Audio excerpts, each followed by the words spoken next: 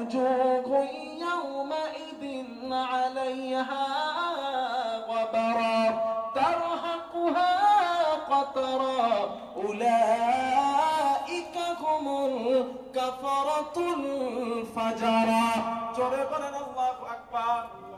আল্লাহ পাক বলেন কিয়ামতের দিন কিছু মানুষের চেহারা পূর্ণিমার চাঁদের মতো ঝলমল করবে, আর কিছু মানুষের চেহারা কালো বর্ণের হয়ে যাবে।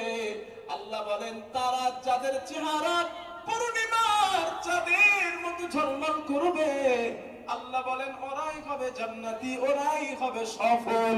আর যাদের চেহারা কালো বর্ণের হয়ে যাবে, যাদের চেহারা হবে আমাদের চেহারা যেন কালো বর্ণের করবো না।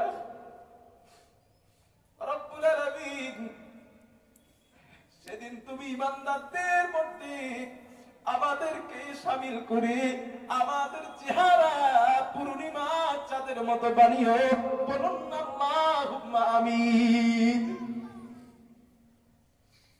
আমার বন্ধুগণ, হতভাগা ওই জাতি, হতভাগা কপাল পড়া ওই মানুষ যার চেহারাটা কালো হয়ে যাবে।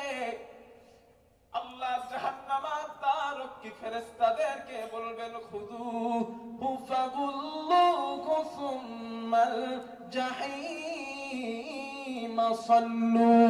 ও ফেরেশতাদের দল, ওই নাফরমান বান্দাদেরকে ধর, ওদের গলায় জাহান্নামের 70 গজ বেড়ি লাগায় দে।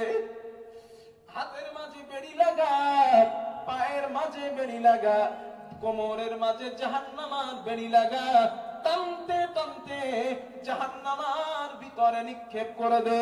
আমার ভাইরা, আল্লাহ তাআলা সূরা মুলকের মধ্যে আরো তথ্যটা ওই নাফরমান বান্দাদের, গুনাহগার বান্দাদের ব্যাপারে আল্লাহ বলেছেন, ফেরেশতারা জাহান্নামীদের গলার মাঝে বেড়ি লাগাবেন, হাতের মাঝে লাগাবেন, পায়ের মাঝে লাগাবেন, টানতে টানতে জাহান্নামের কিনারায় যখন নিয়ে যাওয়া হবে, আল্লাহ কোরআনে বলেন কুল্লামা উলকিয়া ফিহা ফাওজুন সাআলাহুম খাযানাতুহা আলাম ইয়াতিকুম নাযীর।